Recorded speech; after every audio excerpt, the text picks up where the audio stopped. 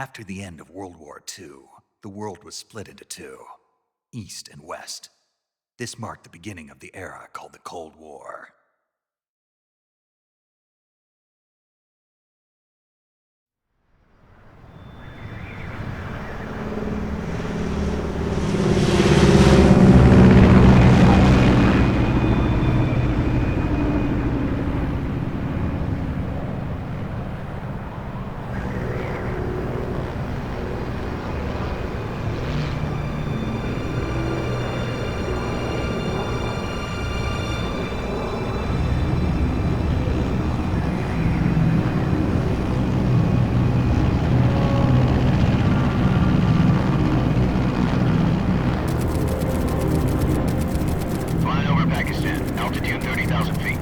Approaching Soviet airspace.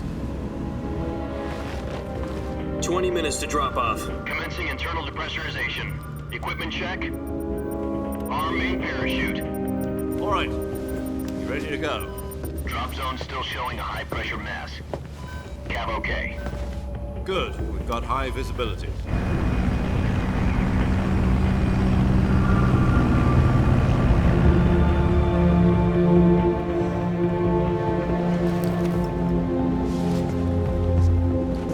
Put out that cigar.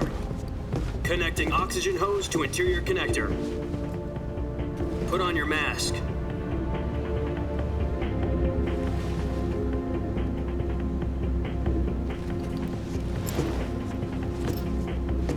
Does this panty waste know what he's doing? Approaching release point. 10 minutes to drop off. Hey, are you deaf? He said put out the cigar and put on your mask.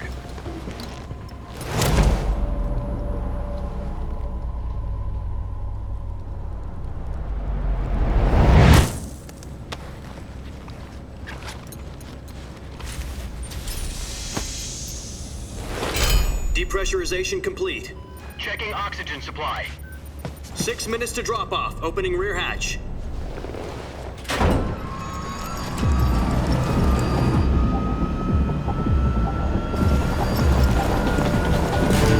Sunrise.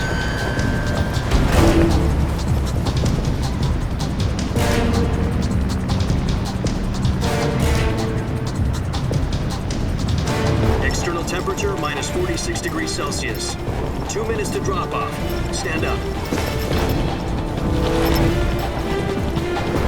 You'll be falling at 130 miles per hour. Try not to get frostbite from the wind chill. 1 minute to drop off. Move to the rear. Activate bailout bottle. This is one for the history books. The world's first halo jump. 10 seconds to drop off. Stand by. Status okay. All green. Prepare for drop-off. Countdown.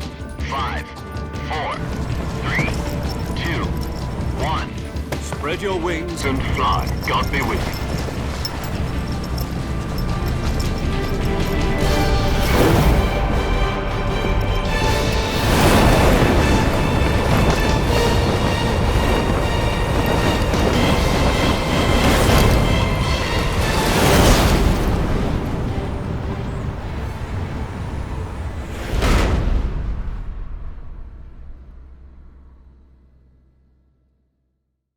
Jack, I've got some important news.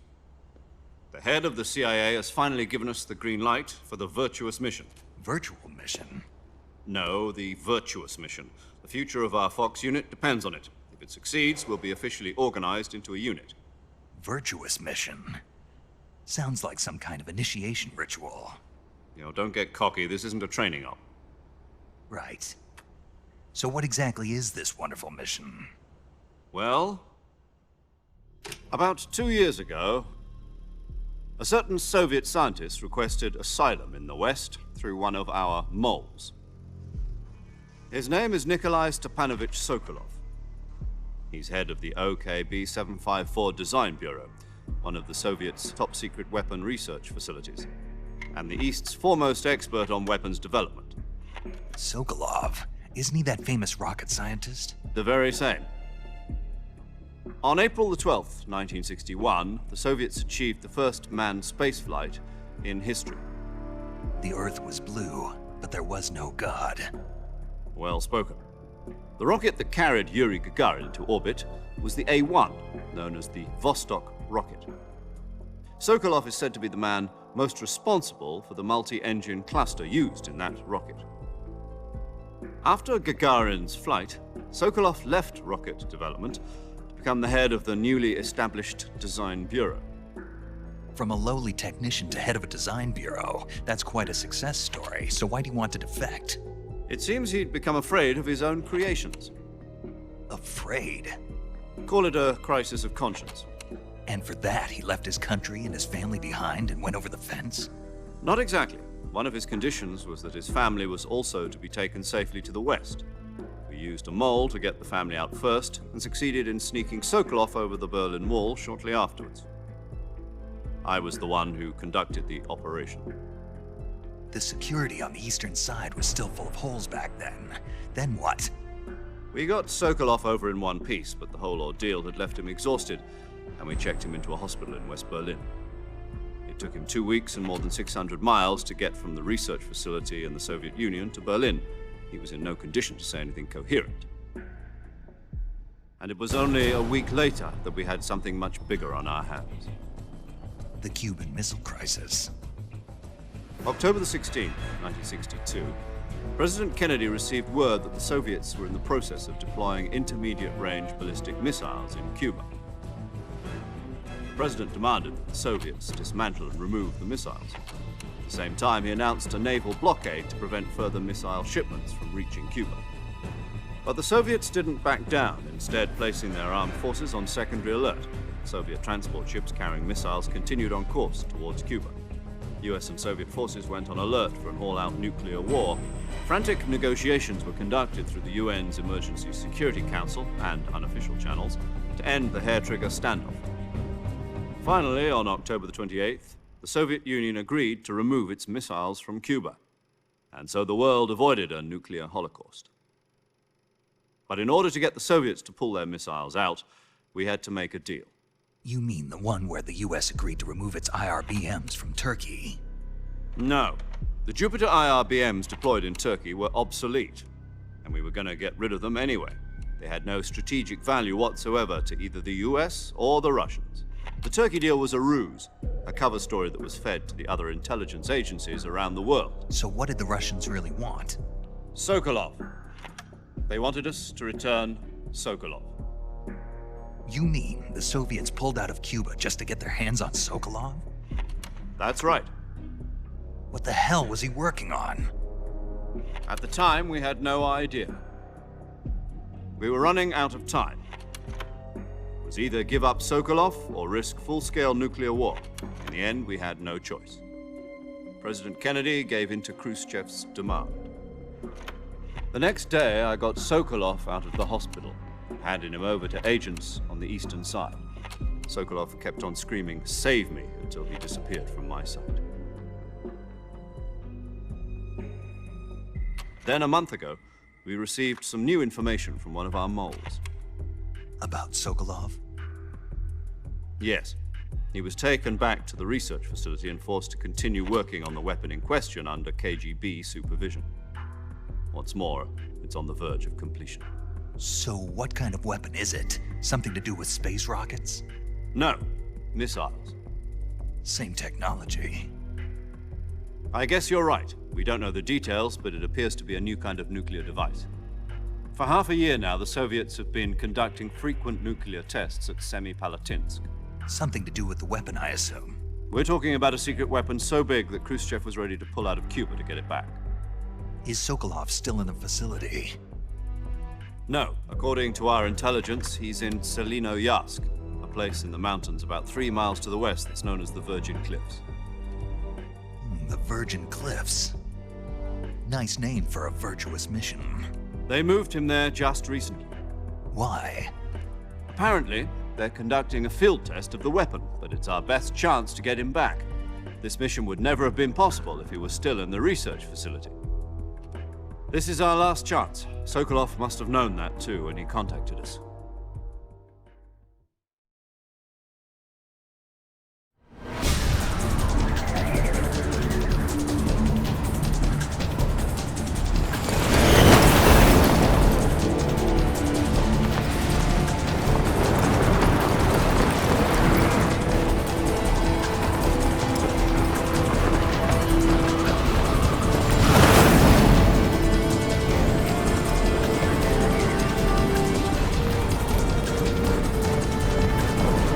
Listen up, Jack. Your mission is to infiltrate Selino Yask in the Soviet mountains, ensure the safety of Sokolov, and bring him back to the west.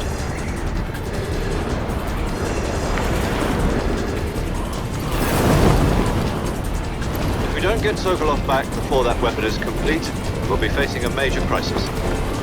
The clock is ticking.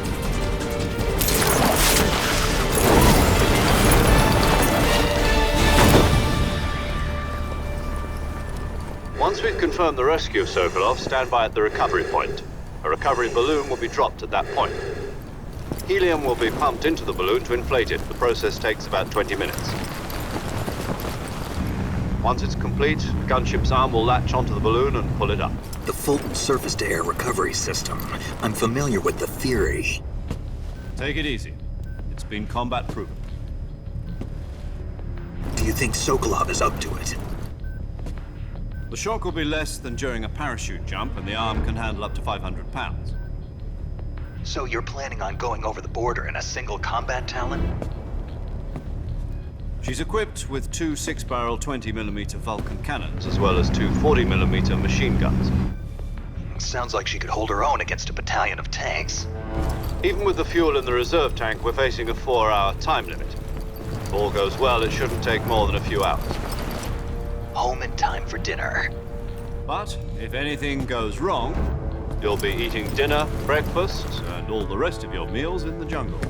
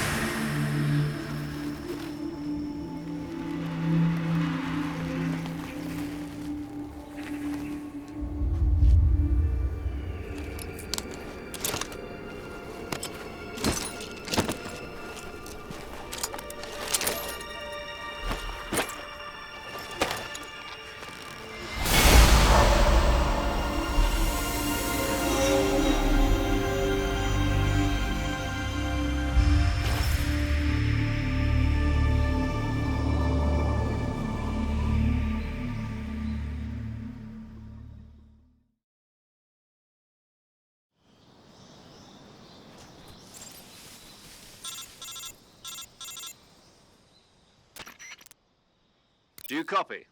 You're already in enemy territory, and somebody might be listening in. From here on out, we'll be using code names to refer to each other. Your code name for this mission will be Naked Snake. I'll be referring to you as Snake from now on.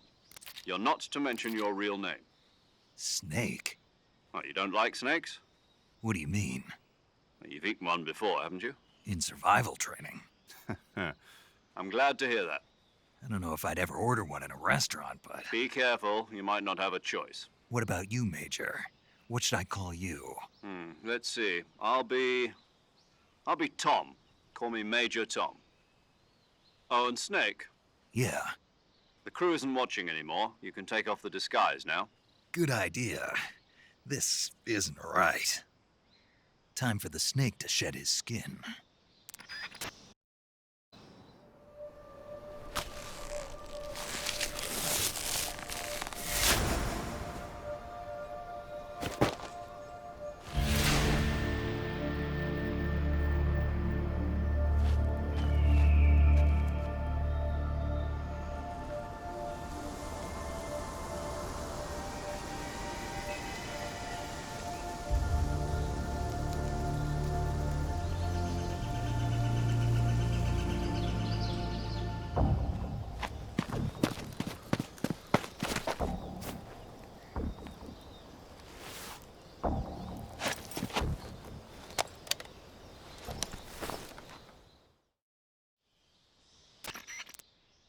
Can you hear me, Major Tom? This is Snake. Kept you waiting, huh? This will be a sneaking mission. You must not be seen by the enemy. You must leave no trace of your presence. Is that clear? This kind of infiltration is the Fox unit's speciality. In other words, weapons and equipment are procured on site. That goes for food as well. You're completely naked, just as your name implies. Great. Now I see why you asked me if I like snakes. I suppose calling me Snake was your idea of a joke, too. No, there's a good reason for that. I'll tell you later when the time is right. Gotcha. Getting back to the subject, how exactly am I supposed to feed myself? You've been issued a knife and a tranquilizer gun. Use them to hunt for food. You'll also find some medical supplies in your backpack. Yeah, about the backpack. I lost it in a tree on the way down. I see. Well, you'd better go back and get it then. You know where it is? No problem. I can see it from here. It's stuck on a branch. To climb a tree, stand in front of a tree that's covered in ivy and press the action button. I'll be monitoring your progress over the radio. We can't risk violating Soviet airspace, but I'll be in the gunship. My frequency is 140.85. I'll give you a call if I need to talk to you. If you need to talk to me, use the send function. Okay, Snake, go get your backpack.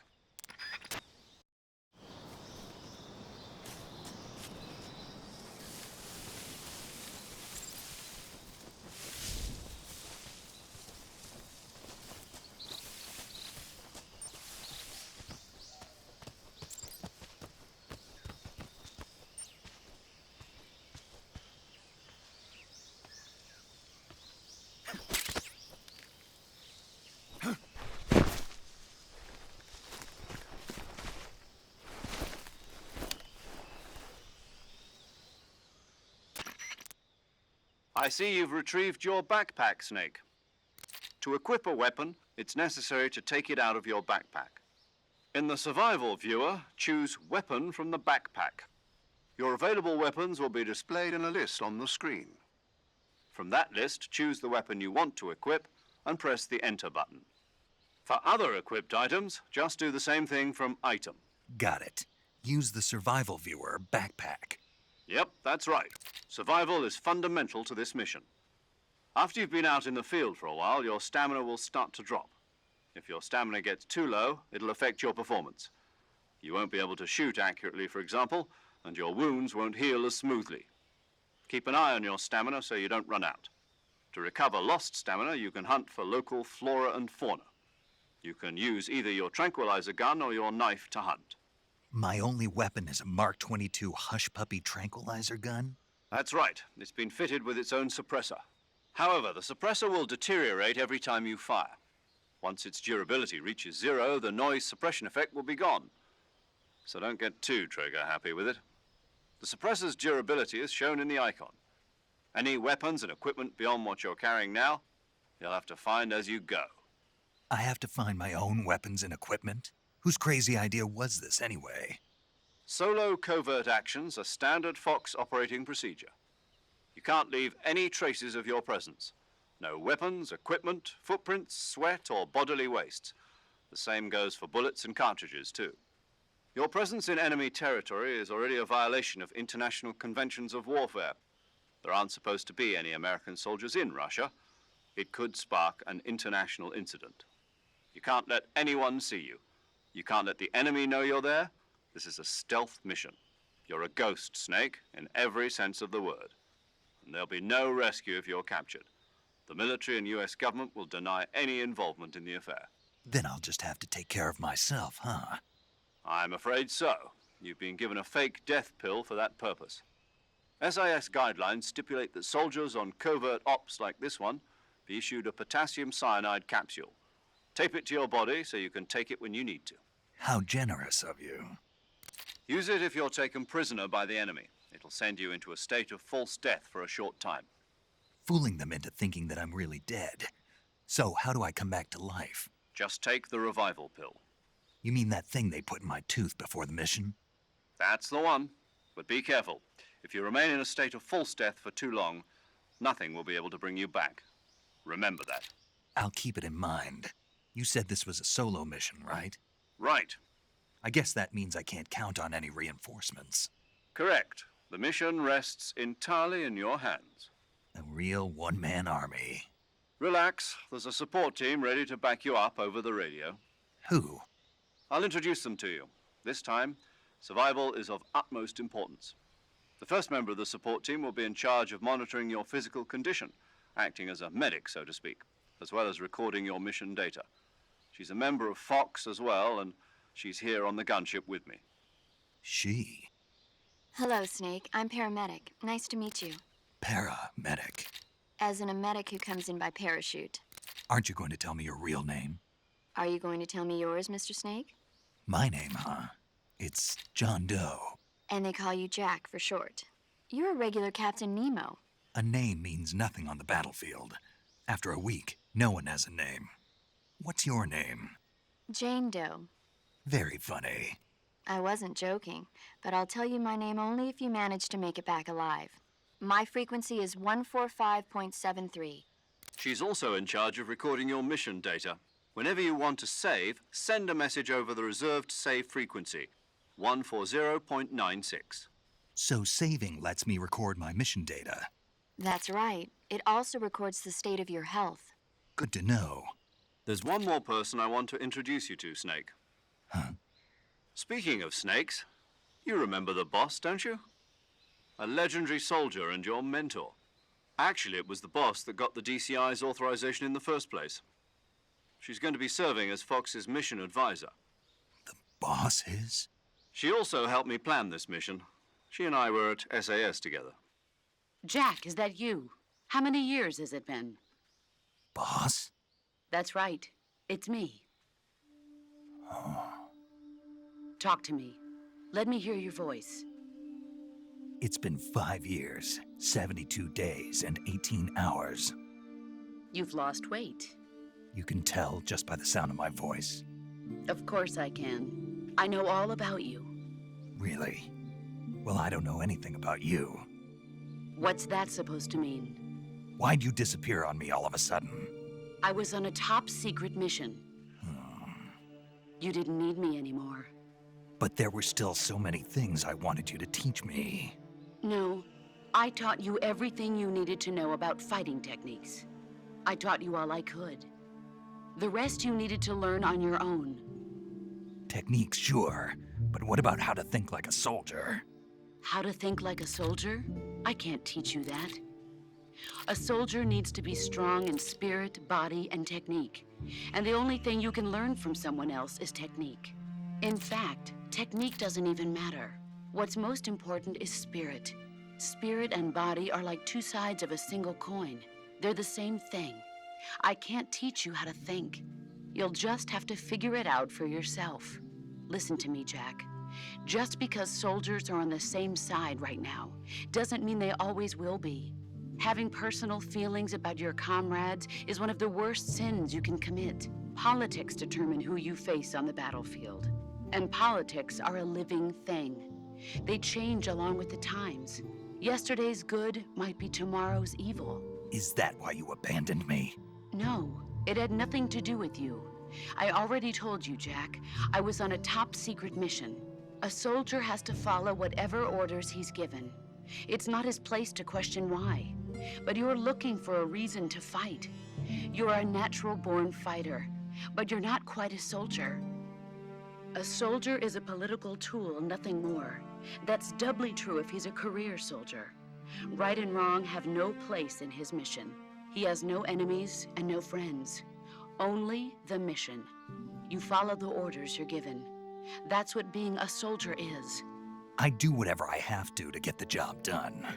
I don't think about politics. That's not the same thing. Sooner or later, your conscience is going to bother you. In the end, you have to choose whether you're going to live as a soldier or just another man with a gun. There's a saying in the Orient, loyalty to the end. Do you know what it means?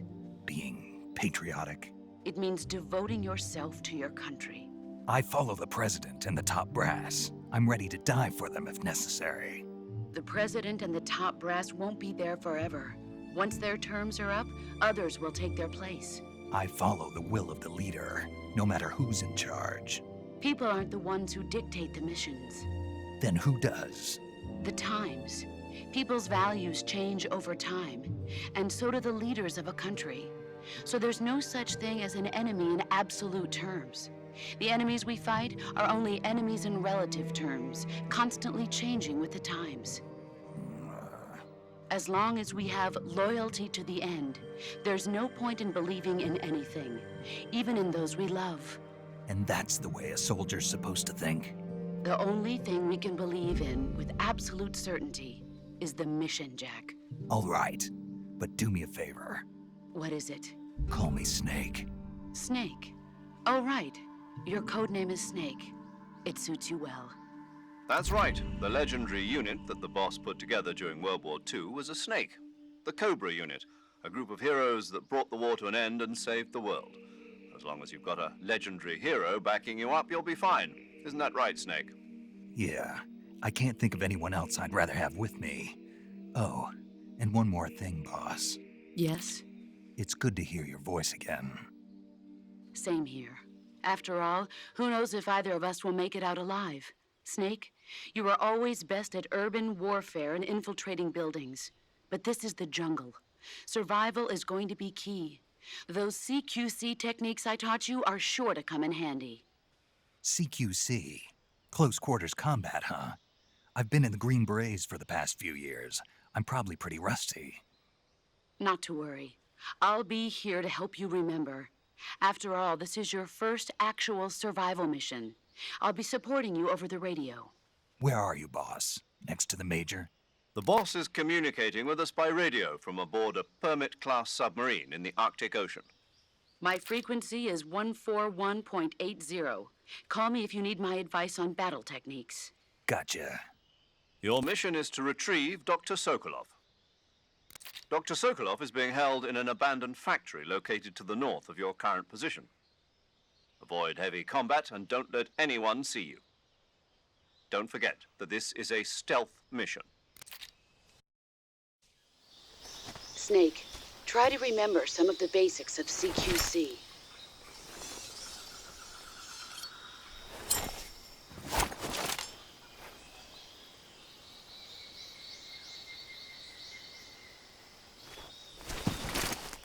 Commencing virtuous mission now.